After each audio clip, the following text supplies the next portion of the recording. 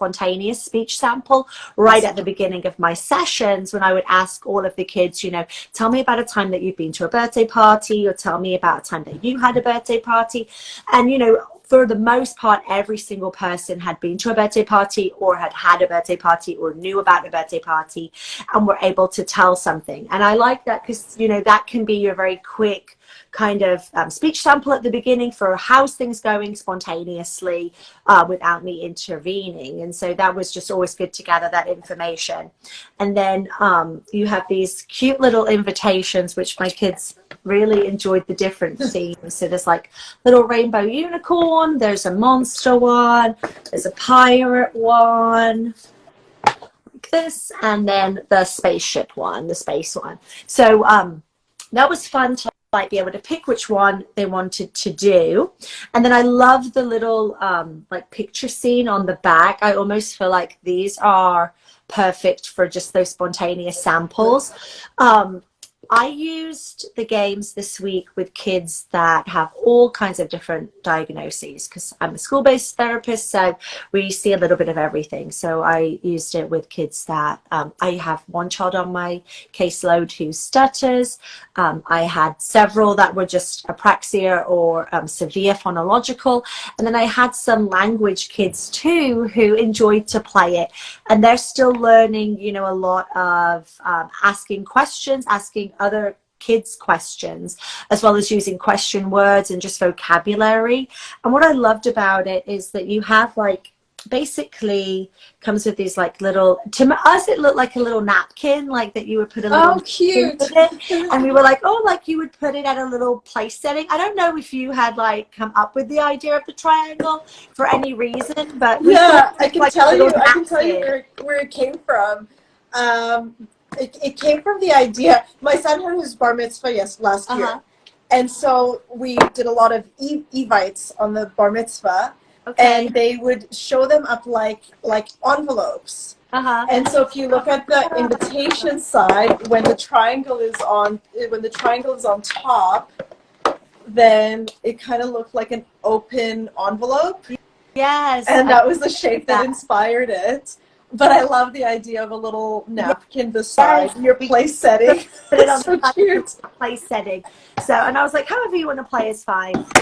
And then basically the kids have like little counters that they are collecting as they go through. And I love the instructions for the cooperative game and the competitive mode, because we all know in the schools there are some of those kids that we see in our sessions, or I'm talking about schools because that's really where my heart lies. But of course, you know, any clinician that might be watching this, you know, probably if they work in groups might see this. There are those kids who do not like to lose, and it becomes, you know, you almost don't want to play games because you know it's going to be a trigger that might upset them if they lose. So I love that you include that there's a way to play cooperatively, and that really will be beneficial to some of those children to still be able to play a game and not have it be somebody's going to be the winner, but everybody can play cooperatively versus competitively. I liked that. That was in like your instruction manual, was like how you can play it in two different ways. I thought that was nice. So basically you get this little envelope or napkin, and it has like the spots or the plaid, and the spots means that you are looking for supplies. Things that you would find at your party, and the plaid is when you're looking for characters. My kids, most of the time they enjoyed looking for, they liked both, but they mostly enjoyed looking for the things that you would find at the party. I feel like if I had the book, the characters would be a super big hit, because they were already a big hit. Like some of them were like, oh, I have a dinosaur, or I found a koala, but most of them enjoyed finding the things. I think it was easier for lots of my kids to label them, because they knew, you know, they're still working on labeling some vocabulary or categories, things that belong together, and so this was a little bit easier for them. And so you take your little invitation, you take your little napkin, and then you can play by getting, everything is so cute and so thoughtfully organized with these cute little counters. And so my kids enjoyed playing the game And I loved it because it's so natural. You get to talk about things like as they would find them, you know, say you had the rainbow scene, but they found the little ocean cake, you know, learning those negatives like I don't have it as part of the picture scene. You know, even for our motor speech kids, that's important, a phrase like I don't, to be able to get that out motorically. But even for the language kids who might not be able to put that together, or then being able to ask their friends, do you need it? And then we would play by putting them like in a discard place, where we played it in a way like we had the counters out on the table, flipped so that they could only see circles. And then if they found one that they did not need, but they knew somebody else that was playing needed it, we had a second discard place, because that way it made it easier for the kids to like know to go back to how we played it. But you would discard these, and then the kids could remember like, oh, he found my cake, it needs to, I'm going to pick up that one. So it was kind of fun because they would be like, oh, I got it right afterwards. It was very fun. But I loved it because it really opened up us talking about, you know, things like, what did your cake look like at your birthday party? Or, you know, what theme did you have? Lots of kids love to talk about that. Bunting and flags, things like that, that they may not even have known that vocabulary, but they see it, but they didn't necessarily know what their vocabulary was.